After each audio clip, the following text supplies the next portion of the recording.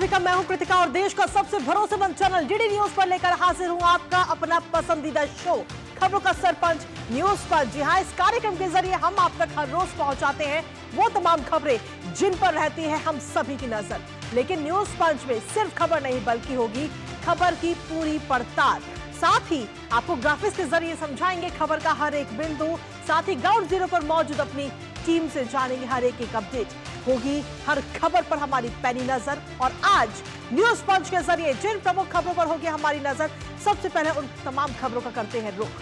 तो उन तमाम खबरों में सबसे पहली खबर है नेता प्रतिपक्ष राहुल गांधी से जुड़ी हुई, जहां पर राहुल गांधी पर एफआईआर दर्ज कर ली गई है और कई मामलों में केस दर्ज किया गया है। तो धक्का मुक्की कल देखने को मिली थी, उसके बाद में क्या कुछ अपडेट सामने आया है वो आपको बताएंगे विस्तार से इस खबर को जानने पर। लेकिन साथ ही जो दूसरी प्रमुख खबर है वो है संसद की, क्योंकि लगातार शीतकालीन सत्र का आज आखिरी दिन है और आज संसद से सड़क तक लगातार हंगामा भी देखने को मिल रहा है। प्रदर्शन लगातार जारी, कई तरीके की तस्वीरें प्रदर्शन के सामने आ चुकी है, वो तस्वीरें आपको दिखाएंगे। लेकिन साथ ही तीसरी प्रमुख खबर संभल से जुड़ी, जहां पर एएसआई की टीम अब पहुंच चुकी है संभल में और आज जुमे की नमाज के बाद सर्वे किया जाएगा टीम के द्वारा और सर्वे में कई सारे खुलासे हो सकते हैं। इस खबर पर प्रमुखता से रहेगी नजर। लेकिन साथ ही चौथी खबर है अवैध बांग्लादेशियों से जुड़ी। जी हां, दिल्ली के अंदर लगातार अभियान चलाया जा रहा है, अवैध बांग्लादेशियों को बाहर का रास्ता दिखाया जा रहा है, उनकी पहचान की जा रही है। कैसे चल रहा है ये अभियान विस्तार से आपको बताएंगे। लेकिन सबसे पहले शुरुआत कर लेते हैं संसद के शीतकालीन सत्र से जुड़ी, क्योंकि आज इस सत्र का आखिरी दिन है और आज भी हंगामे के आसार साफ तौर पर बने हुए हैं। इसी बीच बीते कल गुरुवार को हुई धक्का मुक्की में, जिसमें भारतीय जनता पार्टी के 2 सांसद चोटिल हो गए थे, जिसके बाद उन्हें अस्पताल में भर्ती कराया गया। और हर घटना आपको बता दें कि इस घटना के बाद से भारतीय जनता पार्टी लगातार कांग्रेस पर हमलावर है। तो वहीं विपक्ष के नेता राहुल गांधी के खिलाफ एफआईआर भी दर्ज की गई है।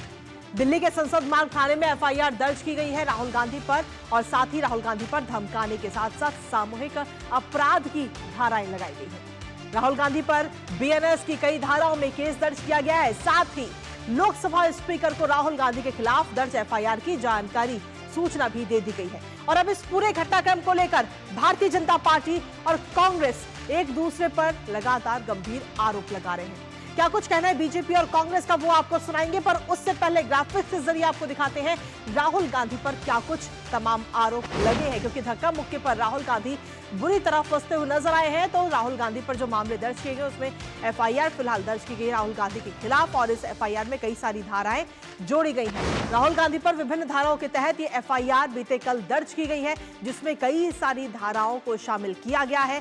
सांसदों के साथ धक्का मुक्की का आरोप राहुल गांधी, जो कि नेता प्रतिपक्ष सदन में, उन पर लगा है। और ऐसे में हम देखें तो धक्का मुक्की की तस्वीरें कई सारी कल सामने आई थी, जिसमें 2 सांसद घायल हुए थे।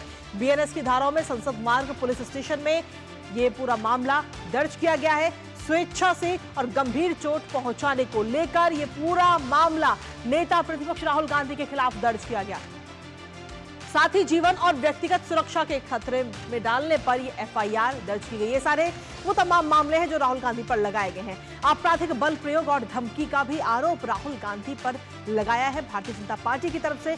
तो ये तमाम वो मामले हैं जो इस वक्त दर्ज किए गए। साथ ही धाराओं की अगर बात करें तो धारा 117, 115, 125, 131, 151 धारा दर्ज की गई है। कुल 6 मामले दर्ज किए गए हैं। राहुल गांधी पर आरोपों की झड़ी है। धारा 115 स्वेच्छा से चोट पहुंचाना, धारा 117 कहती है कि गंभीर चोट पहुंचाना, धारा 125 व्यक्तिगत सुरक्षा को खतरे में डालना, धारा 131 आपराधिक बल का इस्तेमाल, धारा 351 आपराधिक धमकी और धारा 3 का 5वां क्लॉज सामान्य उद्देश्य से काम करना। तो ये तमाम वो धाराएं हैं जो इस वक्त राहुल गांधी पर लगाई गई हैं। और ऐसे में कहीं ना कहीं लगातार राहुल गांधी जो है वो इस वक्त मुश्किलों में फंसते हुए नजर आ रहे हैं। तो ये जो आरोप लगे हैं उसमें राहुल गांधी इस वक्त दलदल में कहीं ना कहीं कह सकते हैं।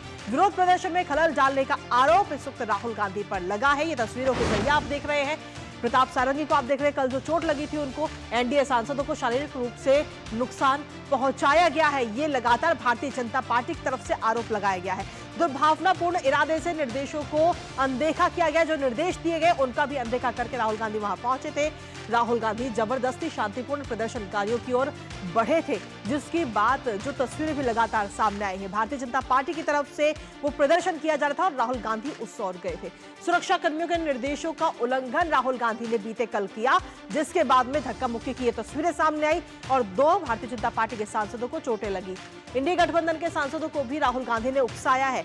राहुल गांधी ने जानबूझकर ये तमाम कार्रवाई की है, जो काम किया है राहुल गांधी ने, और अब इसी को लेकर राहुल गांधी पर एफआईआर जो है वो दर्ज की गई है। 6 मामले दर्ज किए गए हैं राहुल गांधी के खिलाफ। संसद मार्ग पर जो थाना है उसमें ये शिकायत दर्ज की गई है। एनडीए सांसदों को शारीरिक रूप से नुकसान पहुंचाया गया और इसी पर कहीं ना कहीं लगातार ये अपराध कहीं ना कहीं नजर आ रहा है। और ऐसे में भारतीय जनता पार्टी और कांग्रेस की तरफ से क्या कुछ कहा जा रहा है वो एक बार आपको सुनाते हैं। आप कहीं साइड से निकल जाते हैं, धक्का देंगे आप, सांसद को गिराएंगे आप, इससे बड़ी पीड़ादायक बात क्या हो सकती है।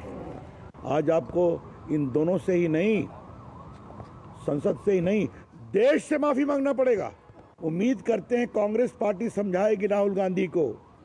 हाँ किया है मगर ठीक है कोई मतलब धक्का मुक्की से हमें कुछ होता नहीं है, मगर ये एंट्रेंस है पार्लियामेंट हाउस की और हमारा अधिकार है अंदर जाने का, और बीजेपी के जो मेंबर्स हैं वो हमें अंदर जाने से रोक रहे थे। तो सीधे तौर पर कल जो धक्का मुक्की हुई है उसको लेकर राहुल गांधी किस तरीके से अपनी सफाई पेश करते नजर आए वो हमने आपको दिखाया। इसी पर ताजा अपडेट ले लेते हैं। हमारे साथ में राजेश राज हमारे सहयोगी जुड़ रहे हैं, सीधा उन्हीं का रुख करेंगे। राजेश राज, अगर देखा जाए तो कल की धक्का मुक्की की ये तस्वीरें सामने आई जो वाकई बेहद शर्मनाक भी। लोकतंत्र के मंदिर में किस तरीके से खून बहा, ये तस्वीरें इस वक्त पूरे देश ने देखी। लेकिन अब इस पूरे मामले में क्या कुछ अपडेट्स हैं आपके पास में? देखिए, ये संसद भवन में अभी हम मौजूद हैं। ये गांधी प्रतिमा पर ये तमाम जो सांसद आप देख पा रहे हैं, ये तमाम भारतीय जनता पार्टी के सांसद यहाँ पर आंदोलन कर रहे हैं, प्रदर्शन कर रहे हैं और राहुल गांधी से माफीनामे के मांग के बीच ये सब तो लोग खड़े हैं। देखिए तस्वीरों में आप यहाँ पर संबित पात्रा, सुधांशु त्रिवेदी, किरण चौधरी, ये तमाम जो लोग हैं वो मौजूद हैं। हम आपको कुछ लोगों से बात कराने की कोशिश करते हैं। संबित पात्रा हमारे साथ हैं। संबित जी, क्या डिमांड है? नहीं, देखिए, आज हम माननीय बिरसा मुंडा जी के पास, भगवान बिरसा मुंडा जी के मूर्ति के आगे, माननीय बाबा साहेब अम्बेडकर जी के मूर्ति के समक्ष, महात्मा गांधी जी के चरणों में आज हम सभी सांसदगण, आप देख सकते हैं, जो भाजपा के हैं और जो एनडीए के हैं, वो सभी एकत्रित हुए हैं। सभी के हाथ में प्लेकार्ड है। जिस प्रकार से कल राहुल गांधी जी ने अपमानित किया एक आदिवासी बेटी का, और आदिवासी बेटी ने खुद जो सांसद है उन्होंने चिट्ठी भी लिखा है, एक कंप्लेंट भी किया है, चेयरमैन को उनका संरक्षण मांगा है। और दूसरा महत्वपूर्ण विषय है जिस प्रकार से धक्का दिया है उन्होंने सांसदों को, और सांसद हमारे माफी की मांग की जा रही है राहुल गांधी से। बिल्कुल माफी की मांग है। राहुल गांधी जी को माफी मांगना चाहिए, पूरे देश से माफी मांगनी चाहिए। अगर भरे कैमरे के सामने अगर संसद में इस प्रकार का व्यवहार करते हुए, तो आप सोचिए साधारण लोगों के साथ कैसा व्यवहार करते होंगे। सुधांशु त्रिवेदी भी है हमारे साथ। सुधांशु जी, क्या लगता है कि राहुल गांधी ने डेमोक्रेसी में एक ऐसा संदेश दिया है जिसको लोग बहुत दिनों तक याद रखेंगे? नहीं, मुझे लगता है कि उन्होंने डेमोक्रेसी में संदेश नहीं दिया, अपनी असलियत उजागर कर दी है।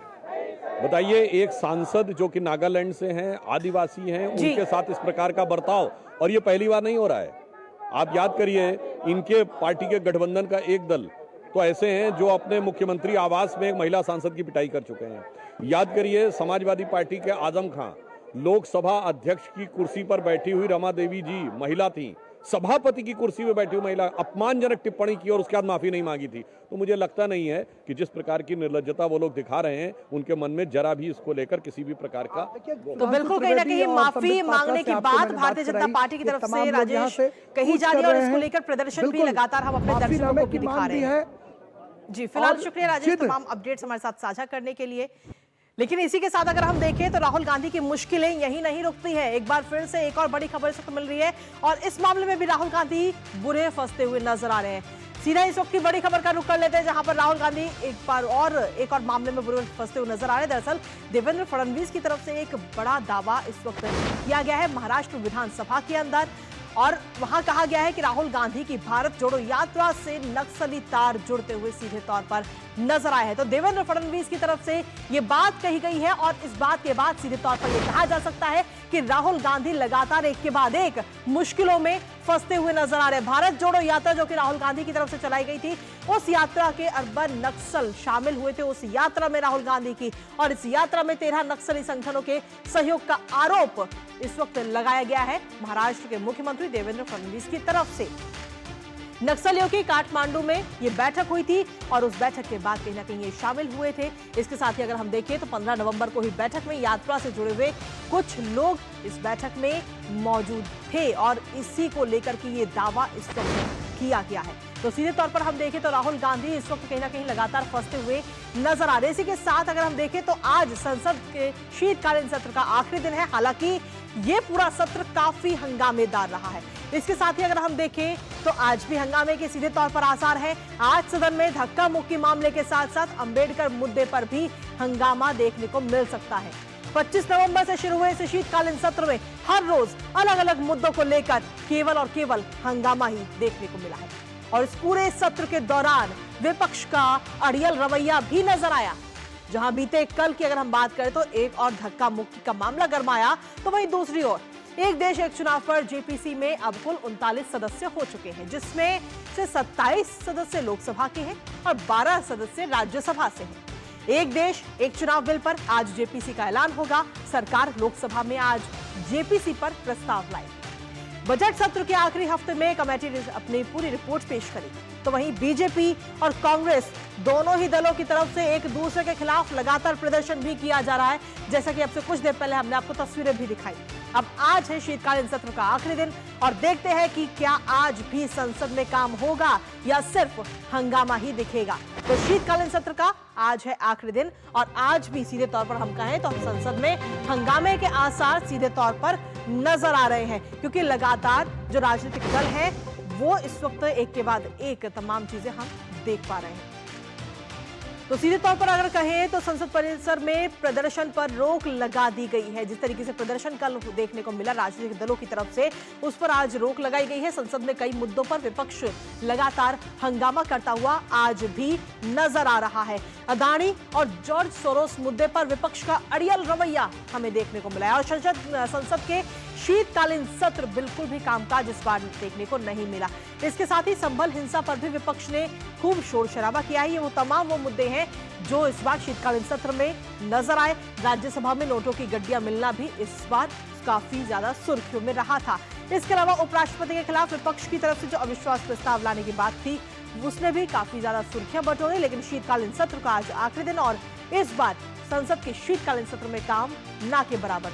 संविधान पर चर्चा से लेकर अंबेडकर मुद्दे पर बवाल हमें देखने को मिला है। तो ये तमाम वो मुद्दे रहे हैं जिन मुद्दों पर इस बार हंगामा हमें देखने को मिला, लेकिन इसका असर ये हुआ कि संसद का शीतकालीन सत्र में काम ना के बराबर हुआ। हमारे साथ हमारे सहयोगी शैलेंद्र मिश्र इस वक्त जुड़ रहे, सीधा उन्हीं का रुख करते हैं। शैलेंद्र, इस बार का शीतकालीन सत्र की अगर हम बात करें तो 25 तारीख से ये सत्र शुरू हुआ था, लेकिन तब से लेकर आज तक हर रोज जो विपक्षी दल हैं वो लगातार अलग अलग मुद्दों पर हंगामा करते नजर आए, जिसकी वजह से सत्र ना के बराबर चला है, काम ना के बराबर हुआ। देखिए, निश्चित तौर पर जितनी उम्मीदें थीं उसके हिसाब से काफ़ी कम काम हमने देखा कि दोनों सदनों में देखने को मिला। विपक्षी दलों का जो रुख था उसकी वजह से दोनों सदनों में गतिरोध देखने को मिला और अलग अलग मुद्दों पर, पहले अदानी मुद्दे पर फिर बाकी मुद्दों पर दोनों सदनों में हंगामा हुआ। और हमने देखा कि कल बीजेपी ने बाबा साहब के अपमान को लेकर कांग्रेस पार्टी पर आरोप लगाते हुए प्रदर्शन किया और एक बीजेपी के उत्तर पूर्व से आने वाली सांसद ने जो आरोप राहुल गांधी पर लगाया, उसके बाद हमने देखा है कि आज बीजेपी ने बिरसा मुंडा की प्रतिमा और गांधी प्रतिमा के सामने प्रदर्शन किया है और बीजेपी ये मांग कर रही है कि राहुल गांधी को नेता विपक्ष लोकसभा के पद से इस्तीफा देना चाहिए। तो अब हम देख रहे हैं कि सत्ता और विपक्ष के बीच जो टकराव है वो काफी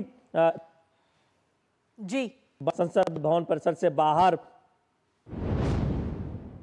द्वार, जो मुख्य द्वार है जहां से तमाम सांसद लोकसभा और राज्यसभा के अंदर जाते हैं, वहां पर प्रदर्शन पर रोक लगा दी गई है लोकसभा अध्यक्ष के निर्देश पर। क्योंकि कल जिस तरह से घटनाक्रम हुआ, धक्का मुक्की हुई और आरोप प्रत्यारोप के दौर चले, तो लोकसभा अध्यक्ष के निर्देश पर यह फैसला किया गया है। तो आज हमने देखा कि प्रदर्शन जो हुआ बीजेपी की तरफ से, वो प्रेरणा स्थल पर जहां पर गांधी प्रतिमा है, बिरसा मुंडा की प्रतिमा है, वहां पर यह प्रदर्शन किया गया, जबकि कांग्रेस ने विजय चौक पर प्रदर्शन किया। तो ये हमने देखा है कि आज इस तरह से दोनों दलों ने प्रदर्शन किया है। लेकिन कामकाज निश्चित तौर पर जो उम्मीद थी, तकरीबन 17 विधेयकों के साथ, विधायी कामकाज के एजेंडे के साथ सरकार सामने आई थी, लेकिन चंद विधेयक ही सदन से पारित हो पाए या फिर पेश हो पाए। एक दल एक देश एक चुनाव को लेकर जो महत्वपूर्ण विधेयक है, वो जरूर उससे जुड़े 2 विधेयक पेश हुए। जेपीसी पर आज उस पर औपचारिक तौर पर प्रस्ताव आना है, लेकिन निश्चित तौर पर कामकाज के लिहाज से देखें तो कोई बहुत ज्यादा सकारात्मक हम कहें कि स्थिति नहीं है।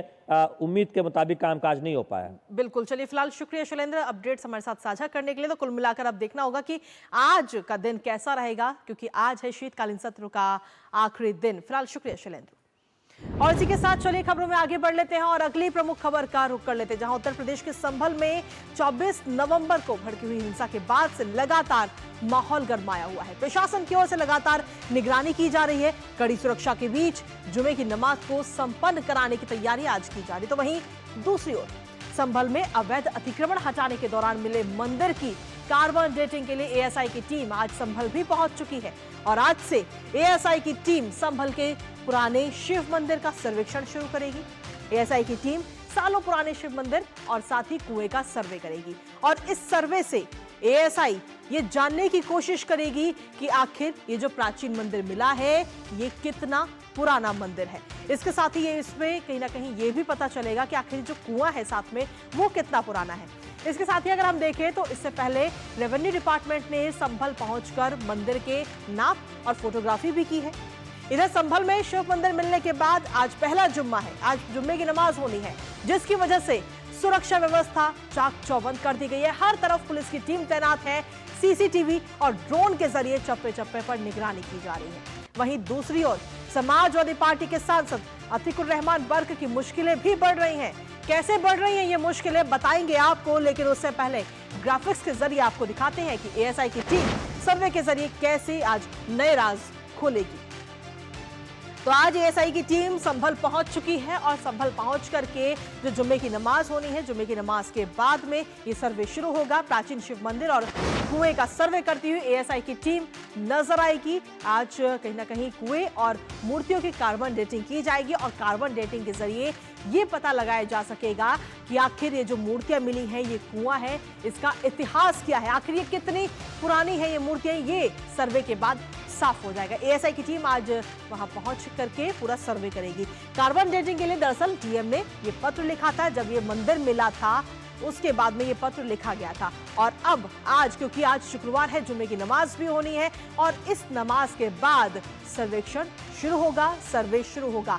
इससे पहले अगर हम देखें तो राजस्व विभाग ने मंदिर और कुएं की पैमाइश भी की है, फोटोग्राफी वहां पर की गई है, आखिर मंदिर कितने एरिया में है, ये इन तमाम चीजों की जानकारी ली गई। आपको बता दें कि खुदाई के दौरान कुएं के अंदर से कई सारी भगवान की प्रतिमाएं मिली थी। तो फिलहाल अब संभल पहुंच चुकी है एएसआई की टीम और अब कार्बन डेटिंग की जाएगी, सर्वे किया जाएगा। इसके साथ ही अगर हम देखें तो बर्क से वसूला जाएगा पाई पाई का हिसाब, क्योंकि उनकी मुश्किलें लगातार बढ़ रही हैं और इस वक्त सांसद पर 1,91,00,000 रुपए का जुर्माना लगाया गया है और बीते कल उनकी बिजली काटी गई थी, उनके घर की बिजली काट दी गई थी, जिसके बाद ये जुर्माना कल देर रात लगाया गया है बिजली विभाग की तरफ से। इसके साथ ही सांसद को नोटिस देकर जवाब भी मांगा गया है। दरअसल सांसद बर्क के घर में जो बिल, जो मीटर लगे हुए थे, उनमें बिल शून्य आ रहा था लगातार। पिछले कई महीनों से ये बिल जो है वो जीरो आ रहा था। ये बिल भी आपको दिखाएंगे पूरा कि आखिर कैसे वो जीरो आ रहा था। इसके साथ ही बर्क के घर पर 2-2 किलोवाट के 2 मीटर लगे हुए थे, 2 कनेक्शन थे उनके घर पर। हालांकि हाल ही में ये बिजली का जो मीटर है वो भी चेंज कर दिया गया था। पहला बर्क के नाम था और दूसरा उनके मृतक दादा के नाम था और ऐसे में अब फिलहाल एक डिजिटल मीटर लगाया गया, लेकिन उसके बाद में हाल ही में आपको बता दें कि बीते कल जो उनके घर की बिजली कनेक्शन है उसे हटा दिया गया है। मृतक दादा शफीकुर रहमान बर्क का कनेक्शन भी सील कर दिया गया है और साथ ही करोड़ों का जुर्माना भी लगाया गया है। तो बिजली चोरी और मीटर से छेड़छाड़ के सबूत मिले हैं। इसके साथ और इसके साथ ही शिवराज सिंह चौहान ने क्या कुछ कहा है वो एक बार आपको। और इसके साथ ही अगर हम देखें तो 4 किलोवाट पर 16.5 किलोवाट बिजली उपयोग के आरोप लगे थे कि मात्र 4 किलोवाट मीटर का लोड है, लेकिन कितना इस्तेमाल किया जा रहा है वो।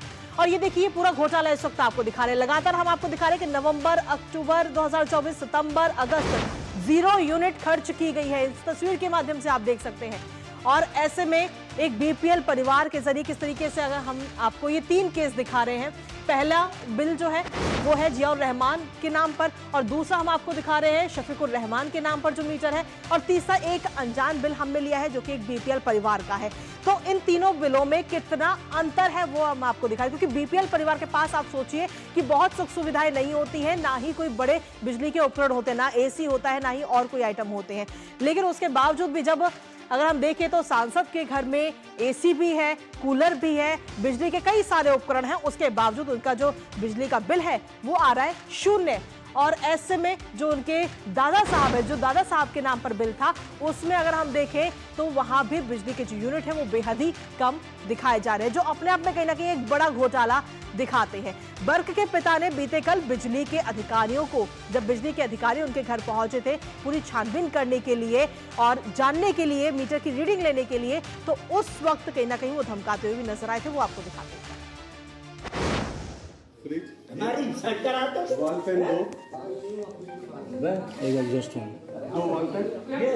और बदल जाएगा तो ये सरकार रहेगी ना तो तुम्हारा कमाल देख लो सब, देख लो। तो देखिए किस तरीके से जो परिवार है बर्क का, वो इस वक्त अधिकारियों को धमकाता हुआ नजर आया, जो अपने आप में कई सारे सवाल खड़े करता है। वो कह रहे हैं कि ये सरकार जो है हमेशा नहीं रहेगी। हालांकि इसको लेकर भी मामला दर्ज कर लिया गया उनके पिता और परिवार के अन्य लोगों के खिलाफ। इसी पर ताजा अपडेट ले लेते हैं। हमारे साथ में हमारे सहयोगी निशांत राय इस वक्त जुड़े, जो लगातार संभल में मौजूद है पिछले कई दिनों से और एक अपडेट हमारे तक लगातार साझा कर रहे हैं। निशांत, अगर देखा जाए तो एएसआई की टीम आज वहां पर पहुंच चुकी है और जुमे की नमाज के बाद में ये पूरी सर्वे आज किया जाएगा। क्या कुछ ताजा अपडेट है आपके पास पूरे संभल को लेकर? देखिए, संभल तीर्थ नगरी रही है मथुरा और काशी की तर्ज पर, लेकिन इस तीर्थ नगरी के इतिहास को मिटाया गया है, जो कि अब इतिहास अपने आप निकलकर सामने आ रहा है। उसी श्रेणी में ये प्राचीन शिव मंदिर है, ये कूप है, और इनका आज एएसआई सर्वे करेगी आखिर ये कितना पुराना है, क्योंकि धार्मिक मान्यता के अनुसार इन दोनों का पौराणिक महत्व बहुत ज्यादा है। ऐसे में जब कार्बन डेटिंग होगी तो सच्चाई निकलकर सामने आएगी। वहीं दूसरी तरफ आज जुम्मे की नमाज है, नमाज के चलते यहाँ पर सुरक्षा व्यवस्था बहुत ही ज्यादा मजबूत कर दी गई है। आसपास के जिलों से भी फोर्स बुलाई गई है, क्योंकि 24 नवंबर की घटना दोबारा ना दोहराई जाए, ना कोई ऐसी अनहोनी हो। इसको लेकर प्रशासन जो है वो बेहद सख्त रूप से नजर आ रहा है। वहीं तीसरी बात करें सांसद वर्ग की, तो उनकी मुश्किलें लगातार बढ़ रही हैं। पहले ही कल ही हमने बताया था कि उन पर जुर्माना लगाया जाएगा। अब जुर्माने की राशि असेसमेंट करके सामने आ गई है। 1,91,00,000 के आसपास वो राशि है जो सांसद को भरपाई करनी होगी, तभी उनके घर का बिजली कनेक्शन जोड़ा जाएगा। इसके अलावा अगर बात की जाए तो सांसद के पिता पर भी एफआईआर दर्ज हो गई है और दूसरा वीडियो भी सामने आ गया है। तो कुल मिलाकर कहा जा सकता है कि संभल में स्थानीय सांसद की मुसीबत बढ़ रही है, वहीं दूसरी तरफ संभल का जो इतिहास है वो एक बार फिर पुनर्जीवित होने जा रहा है। चलिए, फिलहाल बहुत बहुत शुक्रिया निशांत, और इस खबर पर अपनी नजर आप लगातार बनाए रखिएगा। आगे भी आपसे ताजा अपडेट और जानकारी इससे जुड़ी लेते रहेंगे। फिलहाल शुक्रिया। और इसी बीच न्यूज पंच में वक्त एक छोटे से ब्रेक का हो गया। आप बने रहिए हमारे साथ, होगी ब्रेक के उस पर बात करेंगे देश की राजधानी दिल्ली को लेकर। अब आया असली स्वाद, अब आया स्वाद। जब स्वाद के पड़े हो लाले तो MDH का चंकी चाट मसाला डालें। MDH का चंकी चाट मसाला। MDH। मेरी पसंद, मेरी पसंद, मेरी पसंद, मेरी पसंद, हमारी पसंद, हम सबकी पसंद। मजबूत देश का मजबूत सरिया हो गया स्टील। और ब्रेक के बाद एक बार फिर से स्वागत है आप सभी का। खबरों में आगे बढ़ते हुए बात होगी अब देश की राजधानी दिल्ली की, जहां पुलिस बांग्लादेशी घुसपैठियों की पहचान के लिए विशेष अभियान चला रही है। इसके बाद उन्हें घर वापस भेजने की कार्रवाई भी शुरू कर दी गई है।